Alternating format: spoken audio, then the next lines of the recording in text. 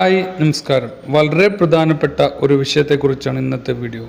സ്ത്രീ സുരക്ഷാ പെൻഷനുമായി ബന്ധപ്പെട്ടുള്ള ഏറ്റവും പുതിയൊരു അറിയിപ്പാണ്. ശ്രദ്ധിക്കുക. സ്ത്രീ സുരക്ഷാ പെൻഷൻ എന്നത് 35 വയസ്സിനും 60 വയസ്സിനും ഇടയിലുള്ള BPL റേഷൻ കാർഡുള്ള എല്ലാ സ്ത്രീകൾക്കും കഴിഞ്ഞ ഗവൺമെൻറ്റിൻ്റെ കാലത്ത് മാസം തോറും 1000 രൂപ നൽകിയിട്ടുണ്ടായിരുന്ന ഒരു പെൻഷനായിരുന്നു. എന്നാൽ കഴിഞ്ഞ സർക്കാർ കഴിഞ്ഞതോടുകൂടി ആ പെൻഷൻ നിൽക്കുകയാണ് ഉണ്ടായത്. അതായത് ആദ്യത്തെ ഒരു 2-3 മാസം എല്ലാവർക്കും ലഭിച്ചു. അതിനുശേഷം ഇലക്ഷൻ, അതിനുശേഷം ഇപ്പോൾ പുതിയ ഗവൺമെൻറ് വന്നിട്ട് ഏകദേശം 1 മാസം കഴിഞ്ഞു. എന്നാൽ ഏകദേശം 3 മാസത്തെ കുടിശ്ശിക ആയിട്ടുണ്ട്.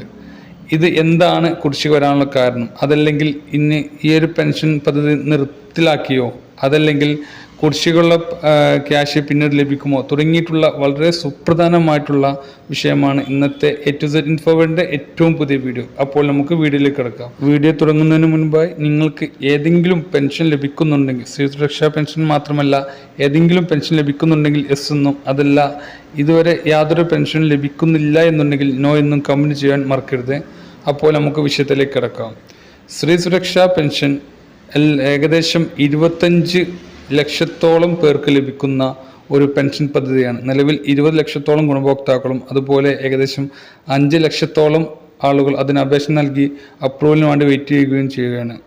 എന്നാൽ കഴിഞ്ഞ ഗവൺമെൻറ്റിൻ്റെ അവസാന സമയത്ത്, അതായത് ഒരു 2 മാസം 3 മാസം മാത്രമേ കഴിഞ്ഞ ഗവൺമെൻറ് അതിൻ്റെ ക്യാഷ് നൽകിയിട്ടുള്ളൂ.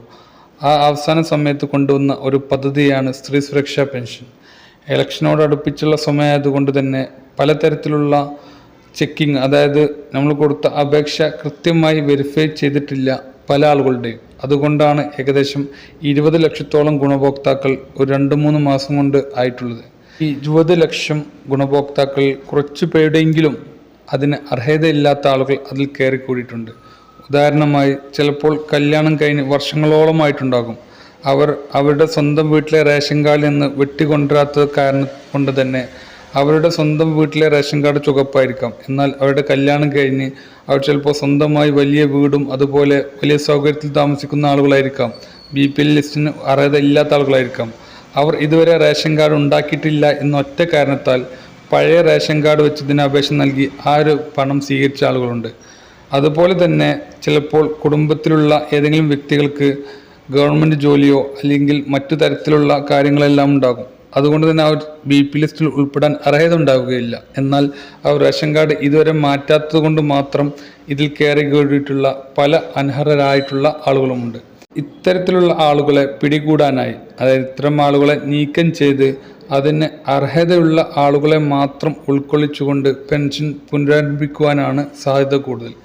അതുകൊണ്ട് തന്നെ ഇവർ നിലവിൽ 20 ലക്ഷത്തോളം ഗുണഭോക്താക്കൾ ഉണ്ടല്ലോ, അവരുടെ കാര്യങ്ങളെല്ലാം, അതായത് അവർ നൽകിയിട്ടുള്ള രേഖകളും അതുപോലെ മറ്റു കാര്യങ്ങളെല്ലാം റീവെരിഫൈ ചെയ്ത് അനർഹരായിട്ടുള്ള ആളുകളെ ഇതിൽ നിന്നും ഒഴിവാക്കാനാണ് സാധ്യത കൂടുതൽ. അങ്ങനെയാകുമ്പോൾ ഇനി അപേക്ഷ നൽകി പെൻഡിങ്ങിലുള്ള 5 ലക്ഷം ഗുണഭോക്താക്കളിൽ കൂടി ഉൾപ്പെടുത്തിയാൽ തന്നെ ചിലപ്പോൾ 20 ലക്ഷം ഗുണഭോക്താക്കൾ ഉണ്ടാകണമെന്നില്ല. നിലവിലുള്ള അവസ്ഥയിൽ, അതായത് 20 ലക്ഷം ഗുണഭോക്താക്കൾക്ക് മാസം 1000 രൂപ വീതം നൽകുന്നതിന് ഏകദേശം 200 മുതൽ 250 കോടി രൂപ വരെ ആവശ്യമായി വരും. എന്നാൽ ഇപ്പോൾ നിലവിൽ KSRTCയിൽ ഓർഡിനറി ബസ്സുകളിൽ സ്ത്രീകൾക്ക് സൗജന്യ യാത്ര അനുവദിച്ചതിന് സർക്കാരിന് വലിയൊരു ബാധ്യതയാണുള്ളത്. അതുകൊണ്ട് തന്നെ ഈ ഒരു സ്ത്രീ സുരക്ഷാ പെൻഷൻ ഗുണഭോക്താക്കളെ കറക്റ്റ് അർഹരായ ആളുകളെ മാത്രം കണ്ടെത്തി അവരിലേക്ക് കൃത്യമായി പണം എത്തിക്കാനാണ് സർക്കാർ ശ്രമിക്കുക. അങ്ങനെ ആകുമ്പോൾ വലിയൊരു തുക ഇതിൽ നിന്നും കുറവ് വരും. അതുപോലെ തന്നെ VD സതീശൻ്റെ ആദ്യ ബജറ്റ് നാളെ വരികയാണ്. അതിൽ നിലവിലുള്ള പെൻഷൻ ഗുണഭോക്താക്കൾ, വാർദ്ധക്യ, വിധവ, വികലാംഗ, കർഷക തൊഴിലാളി ക്ഷേമനിധി പെൻഷനുകൾ തുടങ്ങിയ പെൻഷൻ വാങ്ങുന്ന ആളുകളുടെ പെൻഷൻ തുക 2000-ൽ നിന്ന് 3000-ലേക്ക് എത്തിയിട്ടില്ലെങ്കിലും ഘട്ടം ഘട്ടമായി വർദ്ധിക്കുന്നതിൻ്റെ അടിസ്ഥാനത്തിൽ ചെറിയൊരു തുകയെങ്കിലും കൂടുവാനാണ് സാധ്യത കൂടുതൽ. 100-200 രൂപയെങ്കിലും.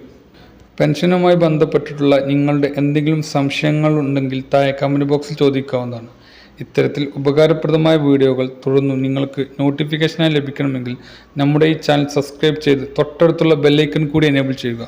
അങ്ങനെയെങ്കിൽ മാത്രമേ നമ്മൾ അപ്ലോഡ് ചെയ്യുന്ന വീഡിയോകൾ കൃത്യമായി നിങ്ങൾക്ക് നോട്ടിഫിക്കേഷൻ വഴി ലഭിക്കുകയുള്ളൂ.